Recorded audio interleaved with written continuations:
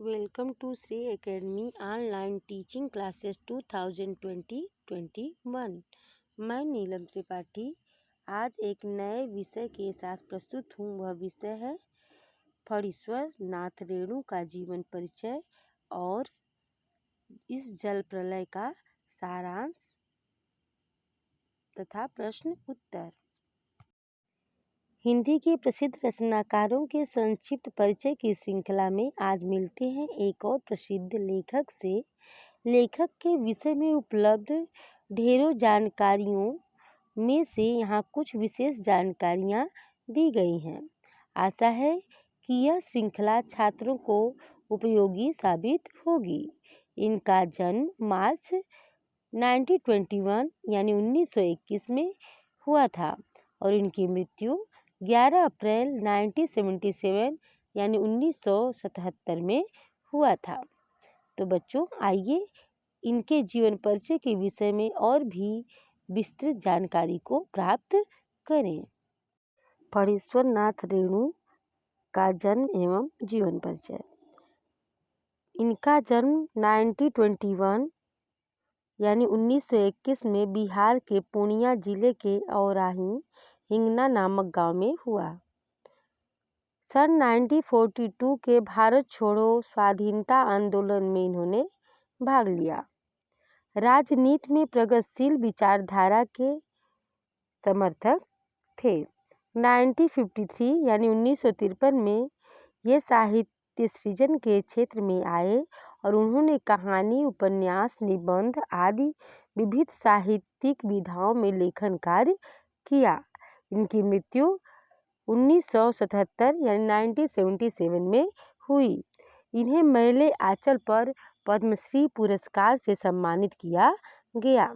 इनकी साहित्यिक विशेषताएं। लेखक आंचलिक कथाकार हैं। उनके साहित्य में अभावग्रस्त जनता की बेबसी एवं पीड़ा का सशक्त वर्णन है। ग्रामीण समाज को नई सांस्कृतिक गरिमा प्रदान की है। भाषा शैली। इनकी भाषा संवेदनशील, संप्रेषणीय और भाव प्रधान है। आंचलिक शब्दों और मुहावरों का सुंदर प्रयोग है। देशज शब्दों के प्रयोग से मानवीय संवेदना की गहरी अभिव्यक्ति इन्होंने अपनी रचनाओं में किया है। आइए इनकी रचनाओं को देखते हैं। इनकी रचनाएं हैं कहानी संग्रह, ठुमरी, अग्निखोर, आदिम रात्र की महक, अच्छे आदमी। और उपन्यास को देखते हैं मैला आंचल, परती, परिकथा, जुलूस, दीर्घ तपा, कितने चौराहे, पलटू, बाबू, रोड। तो आशा है बच्चों आप इनके जीवन के विषय में भी समझ चुके होंगे। बच्चों आज हम पढ़ेंगे इस जल प्रलय में इस पाठ का सारांश और प्रश्नोत्तर के विषय में भी समझेंगे। इस जल प्रलय के लेखक हैं फणीश्वर नाथ रेणु जी। फणीश्वर नाथ रेणु जी एक ऐसे बाढ़ का चित्रण किए हैं जिसको देखकर, जिसकी विभीषिका को देखकर लोग त्रस्त हो जाते हैं, जिससे बहुत सारे जान माल की हानि होती है।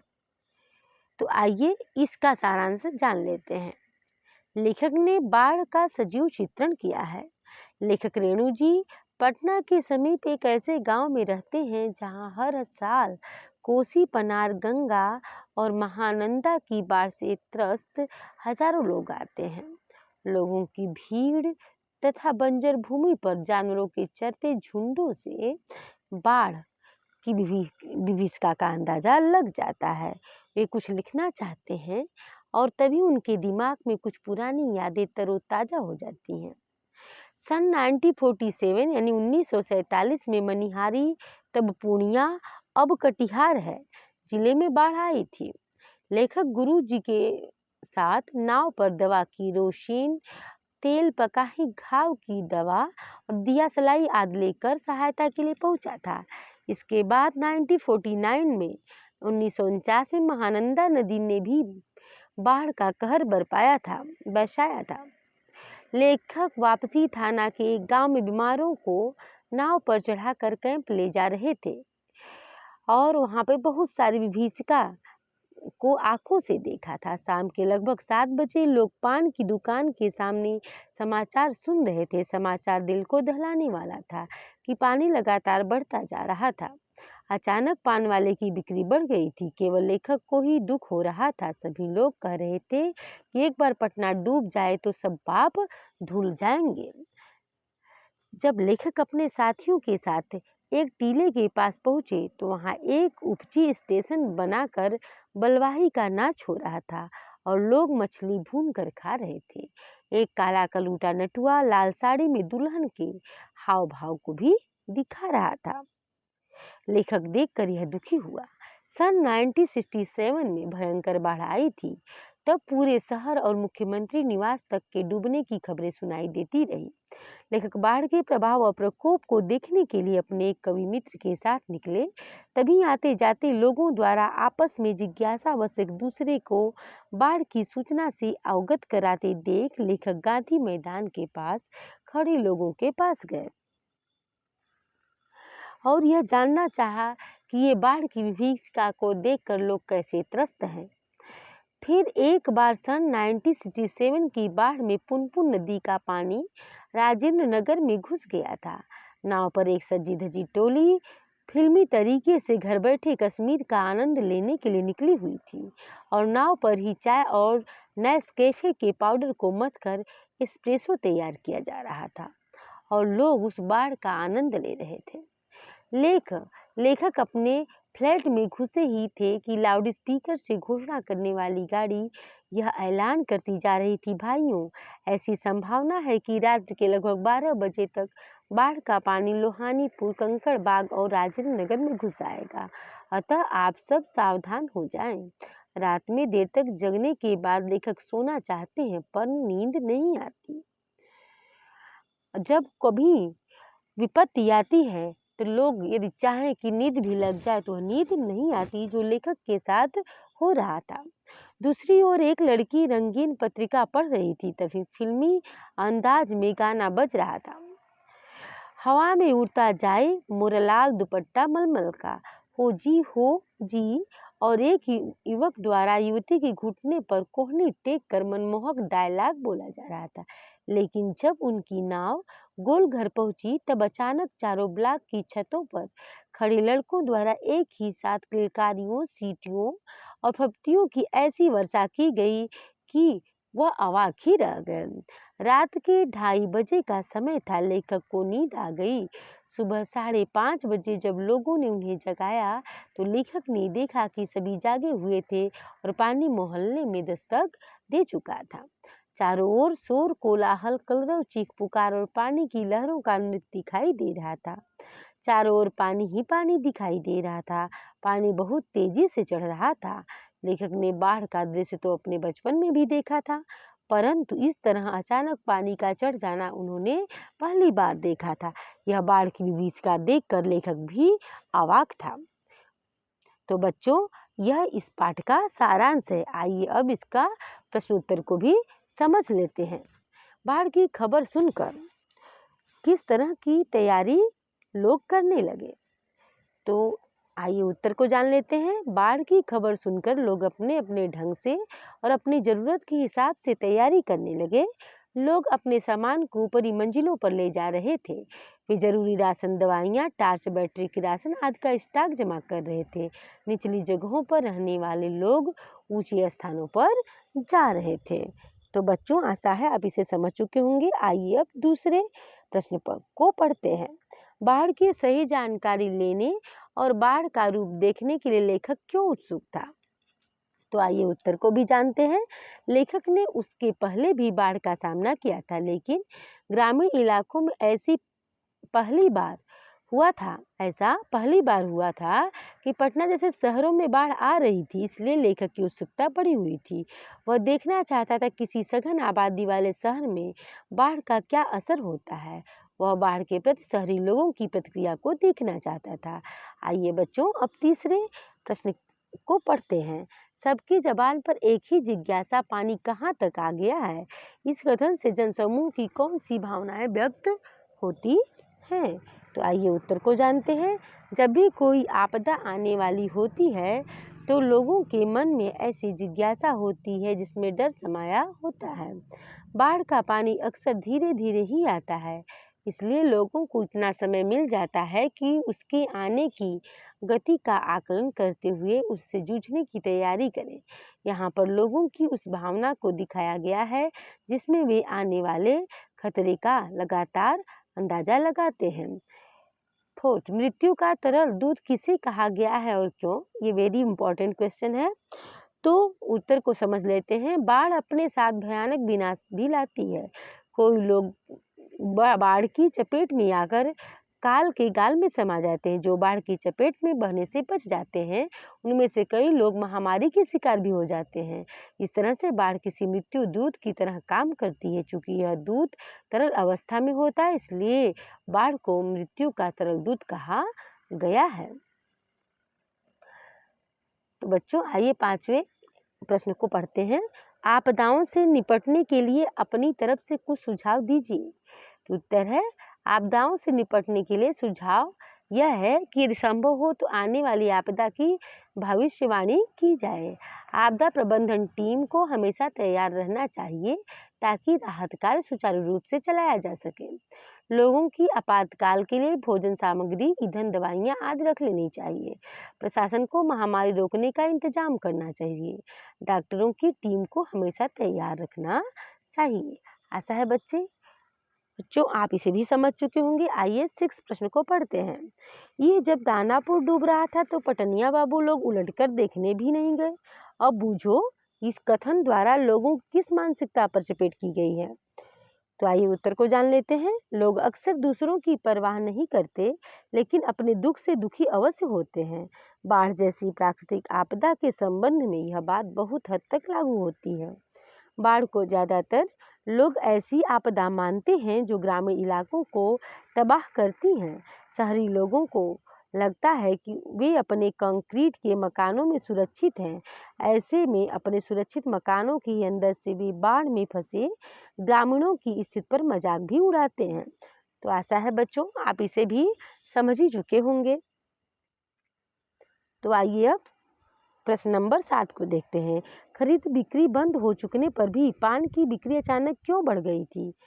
उत्तर को जानते हैं। पान, तंबाकू, बीड़ी, सिगरेट वगैरह नशीली पदार्थ हैं जिनका उपयोग काफ़ी लोग करते हैं। अक्सर लोग इन पदार्थों का उपयोग अधिक करने लगते हैं जब वे किसी बात से अधिक बेचैन होते हैं। कभी कभी खाली समय काटने के लिए भी लोग इन पदार्थों का उपयोग करते हैं। बाढ़ आने में के इंतजार में अधिकतर लोग बेचैन हैं और उनके पास करने के लिए कोई काम भी नहीं है, इसलिए खरीद बिक्री बंद हो चुकने पर भी पान की बिक्री अचानक बढ़ जाती है। तो बच्चों आइए 8वें प्रश्न को देखते हैं। जब लेखक को यह एहसास हुआ कि उसके इलाके में भी पानी घुसने की संभावना है तो उसने क्या प्रबंध किया? तो उत्तर को जान लेते हैं। जब लेखक को यह पता चला कि उसके इलाके में पानी घुसने की संभावना है तो उसने जरूरी सामान इकट्ठे कर लिए, जैसे दिया सलाई, आलू, पीने का पानी, सिगरेट, कंपोस्ट की गोलियां आदि। उसके बाद लेखक जब आती हुई बाढ़ को देखने गया तो कुछ फिल्मी पत्रिकाएं भी खरीद ली। तो आशा है बच्चों आप इसे भी समझ चुके होंगे। आइए प्रश्न नंबर 9 को पढ़ते हैं। बाढ़ पीड़ित क्षेत्र में कौन कौन सी बीमारियों के फैलने की आशंका रहती है? तो उत्तर है हैजा, मलेरिया, पीलिया आदि। प्रश्न नंबर 10। नौजवान के पानी में उतरते ही कुत्ता भी पानी में कूद गया। दोनों ने किन भावनाओं के वशीभूत होकर ऐसा किया? तो उत्तर है नौजवान और उसके कुत्ते में जबरदस्त भाईचारा था। पहले तो नौजवान इसलिए पानी में कूदा कि वह कुत्ते को छोड़कर जाना नहीं चाहता था। उसकी देखा देखी कुत्ता भी पानी में कूद गया क्योंकि वह उसके बिना नहीं रह सकता था। तो आइए बच्चों अब 11वें प्रश्न को देखते हैं। अच्छा है कुछ भी नहीं, कलम है वह भी चोरी चली गई। अच्छा है कुछ भी नहीं, मेरे पास मूवी कैमरा, टेप रिकॉर्डर आदि की तीव्र उत्कंठा होते हुए भी लेखक ने अंत में उपयुक्त कथन क्यों कहा? तो आइए उत्तर को जानते हैं। यदि लेखक के पास मूवी कैमरा, टेप रिकॉर्डर, कलम आदि होते तो उसका सारा ध्यान बाढ़ के दृश्य को उन उपकरणों के माध्यम से कैद करने पर होता। ऐसे में वह बाढ़ की विभीषिका, लोगों की मिली जुली प्रतिक्रियाओं, आसपास के माहौल आदि का साक्षात अनुभव नहीं कर पाता। जो बात किसी चीज का साक्षात अनुभव करने में है, उसका मुकाबला कोई भी सिनेमा, टेलीविजन या लेख नहीं कर सकता। इसलिए लेखक ने कहा कि अच्छा था उसके पास कुछ भी नहीं था। तो आइए बच्चों, प्रश्न नंबर 12 को देखते हैं। आपने भी देखा होगा कि मीडिया द्वारा प्रस्तुत की गई घटनाएं कई बार समस्याएं बन जाती हैं। ऐसी किस घटना का उल्लेख कीजिए, ऐसी किसी घटना का। तो आइए उत्तर को भी जान लेते हैं। मीडिया अक्सर चीज़ों को बढ़ा चढ़ाकर या संयोक्तपूर्ण ढंग से पेश करती है। इससे लोगों में खलबली मच सकती है। इसका सबसे अच्छा उदाहरण वह वाक्य हो सकता है जब पूरे भारत में गणेश जी की मूर्ति ने दूध पिया था। केवल टीवी तथा भारत में नया नया आया था और मोबाइल फ़ोन तब अस्तित्व में नहीं थे, लेकिन पलक झपकते ही यह खबर पूरे देश में फैल गई थी कि गणेश भगवान दूध पी रहे हैं। मंदिरों के बाहर लोगों का रेला लगा हुआ था। लोग गणेश भगवान को दूध पिलाने के लिए धक्का मुक्की कर रहे थे। दूध बेचने वालों की तो लॉटरी निकल पड़ी थी। कई टेलीविज़न चैनल बाकायदा वैज्ञानिकों को बिठाकर इस बात को समझाने की कोशिश कर रहे थे कि कोई दैवी चमत्कार नहीं हो रहा था। कुछ चैनल वाले ऐसे भी थे जो केवल गणेश स्तुति द्वारा दर्शकों का मनोरंजन कर रहे थे। फिर अगले दिन सब कुछ सामान्य हो गया था, क्योंकि उसके बाद गणेश जी ने दूध पीना बंद कर दिया था। तो आशा है बच्चों आप इसे भी समझ चुके होंगे। तो आइए अब प्रश्न नंबर 13 को देख लेते हैं। अपनी देखी सुनी किसी आपदा का वर्णन कीजिए। तो उत्तर है, मैंने बाढ़ का अनुभव बहुत करीब से और कई बार देखा है, किया भी है, क्योंकि मैं बिहार के उस ज़िले से आता हूँ जहाँ लगभग हर साल बाढ़ आती है। बात 2005 यानी 2005 की है, जब हमारे शहर में बाढ़ का पानी आ गया था। बाढ़ के आने से 3-4 दिन पहले से ही हम लोग ज़रूरी सामान इकट्ठा कर रहे थे, जैसे आलू, चूड़ा, सत्तू, गैस का सिलेंडर, दवाइयाँ, नमकीन और बिस्किट के पैकेट आदि। उसके बाद अधिकतर सामानों को प्लास्टिक की शीट से पैक करके ऊपर छत पर रख दिया गया। छत पर प्लास्टिक की शीट टांग कर एक तंबू नुमा घर बनाया गया। चूँकि हम लोग हर साल बाढ़ झेलते थे, इसलिए तैयारी में कोई कसर नहीं थी। बाढ़ आने के बाद हम लोगों ने छत पर आसरा ले लिया। पूरे मोहल्ले में कमर भर पानी लगा हुआ था। बच्चे एक छत से दूसरी छत पर दौड़ लगा रहे थे। वयस्क समय बिताने के लिए ताश खेल रहे थे। महिलाएं आपस में गप्पे लड़ा रही थी। पास ही रेलवे स्टेशन था, जो ऊंचा होने की वजह से पानी से ऊपर था। वहीं से पीने का पानी लाया जा रहा था। इसके लिए केले के तनों से बनी राफ्ट पर पानी की बाल्टियां रखकर मोहल्ले के युवक जाया करते थे। पानी इतना गंदा था कि उसमें पैर रखने में भी उबकाई हो। लगभग 1 हफ्ते तक यही स्थिति बनी रही।